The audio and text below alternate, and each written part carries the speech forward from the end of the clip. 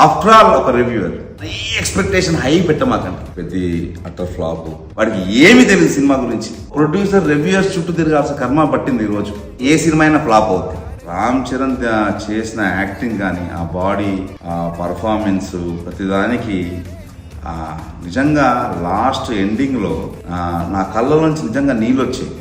ఇవాళ మార్నింగ్ నేను రివ్యూస్, తర్వాత పొద్దున్న లేచేపడితే నాకు ప్రతి సినిమా యావరేజ్, ప్రతి సినిమాకు ఒక 2.5 ఇవ్వచ్చు, ఇట్లా అన్ని రివ్యూస్ అన్నీ వచ్చేసి నేను కరెక్ట్గా 7:30కి వెళ్ళాలి. మార్నింగ్ 7 o'clock లేచి, సో అదే మైండ్ స్టేట్తో కూడా నేను వెళ్ళి థియేటర్లో కూర్చున్నప్పటి నుంచి చూస్తూ ఉన్నాను.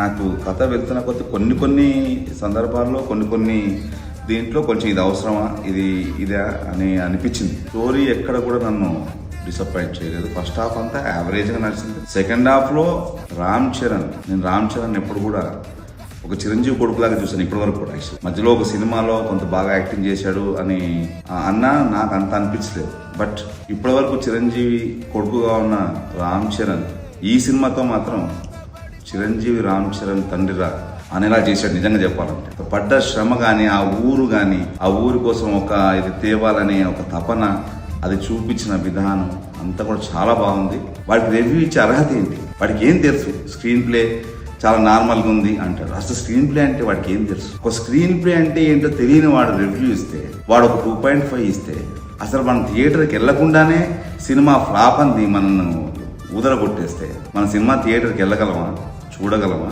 సినిమాని? సో నేను ఫ్లాప్ అనే ఒక ఉద్దేశంతోనే సినిమాకి వెళ్ళాను. బట్ నాకు నచ్చింది సినిమా. కానీ ఆ భావన, సినిమాని ఆ భావన నాకు ఆ లాస్ట్లో ఒక ఊరి యొక్క ఆ సంబంధించినట్టు ఇది, అతను పడ్డ తపన, ఆ ఊరి కోసం, ఆ ఊరికి ఒక రైలుని తీసుకురావాలని ఒక ఇది తపన, ఆయన పడ్డ తపన, ఆయనకు ఒక ఐడెంటిఫికేషన్ ఉండాలని ఆయన పడ్డ తపన నాకు బాగా కనిపించింది. ఒక ఆర్టిస్ట్గా అయితే ఇక్కడున్న రామ్ చరణ్ ఇక్కడికి వెళ్ళాడు.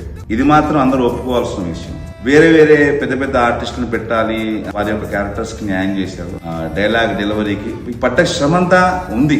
కాకపోతే ఈ ఏదైతే సగం హాఫ్ నాలెడ్జ్ రివ్యూవర్స్ ఎవరైతే ఉన్నారో వాళ్ళు సినిమాని, నేనేమంటానంటే చెడు సినిమాని, మంచి సినిమాని, అది ఎందుకు పనికిరాని సినిమా, లేకపోతే అసలు యావరేజ్ సినిమాని ఫెయిల్ చేయడంలో వీళ్ళ యొక్క పాత్ర చాలా టూ మచ్గా ఉంది. నేను ఇచ్చే రివ్యూ 5కి out of 5 I will give 3.75. ఒక మంచి సినిమానే. సినిమా లేచేప్పుడు అంటే మన సినిమా చూసి మనం బయటకు వచ్చేప్పుడు ఒక సినిమా మంచి సినిమా చూసాము అనే ఒక ఫీల్తో మాత్రం 100% మనం బయటకు వస్తాం. దీంట్లో బుచ్చిబాబు గారి అంటే డైరెక్టర్ గారి శ్రమ, తర్వాత అనవసరమైనటువంటి ఒక పాట, అనవసరమైనటువంటి సినిమాకు సంబంధం లేకుండా ఒక ఇది, అట్లాంటివి కొన్ని ఉన్నాయి. నేను లేవని చెప్పను. అందుకనే నేను చెప్పేది ఏంటంటే సినిమాని చూడండి. చూసి ఎవడో రివ్యూ ఇవ్వడం ఏంటండి? సినిమా చూసి మీరు ఇవ్వండి రివ్యూ. అసలు సినిమాని ప్రేక్షకులను సినిమా థియేటర్ దాకా రాణిస్తున్నారు ఈ రివ్యూయర్స్. అక్కడ తొక్కేస్తున్నారు సినిమా. ఒక చిరంజీవి కొడుకు సినిమాని తొక్కేస్తున్నారంటే నార్మల్గా నాలాంటి సినిమా చేస్తే అసలు దాన్ని అసలు పైకి రానియగలరా? రివ్యూయర్ చుట్టూ, ఒక ప్రొడ్యూసర్ రివ్యూయర్స్ చుట్టూ తిరగాల్సిన కర్మ పట్టింది. ఈరోజు వాటితో మంచి రివ్యూ చెప్పించుకోవాలి. ఒక సినిమాని కథ దగ్గర నుంచి దాన్ని నిర్మించి, దాన్ని ఎన్నో కోట్లు పెట్టి దాన్ని ఇంత చేసి మనం ఎవరి దగ్గర వంగాలి అంటే ఒక రివ్యూయర్. ఆఫ్టర్ ఆల్ ఒక రివ్యూయర్, వాడికి ఏమి తెలియదు సినిమా గురించి. ఆఫ్టర్ ఆల్ ఒక రివ్యూయర్ దగ్గరికి వెళ్ళి మీరు మంచి రివ్యూ రాయండి సార్, మీరు మంచి రివ్యూ రాస్తే మా సినిమా బాగుంటుందని మనం వాడి కాళ్ళ మీద పడాలా?